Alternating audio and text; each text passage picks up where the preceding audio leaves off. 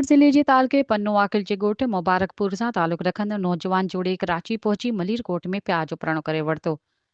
निकाह बाद नौजवान मोहम्मद रमज़ान दायूं ऐं संदसि घरवारी दुआ दायूं अवामी प्रेस क्लब मलीर में हंगामी प्रेस कॉन्फ्रेंस कंदे नौजवान मोहम्मद रमज़ान दायूं चयो त हुननि पंहिंजी मर्ज़ी सां मलीरकोट में निकाह कयो आहे ऐं निकाहनामो लॻापियल थाणे ॾांहुं बि मोकिलियो वियो आहे।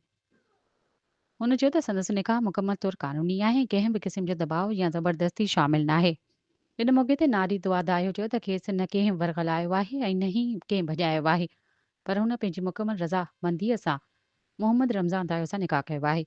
हुन चयो त खेसि पंहिंजे वालिद ज़ुल्कार ज़ाहिर तारिक ज़ाहिद ऐं ॿियनि माइटनि मां जान जो ख़तरो आहे। जोड़े IG Sindh DIG Sukkur SSP Sukkur ॿियनि वसवारनि इख़्तियारनि खां मुतालबो कयो आहे त खेनि मुकमल तहफ़ुज़ फराहम कयो वञे ऐं मुख़ालिफ़नि ख़िलाफ़ कानून मूजिबि कार्रवाई कई वञे।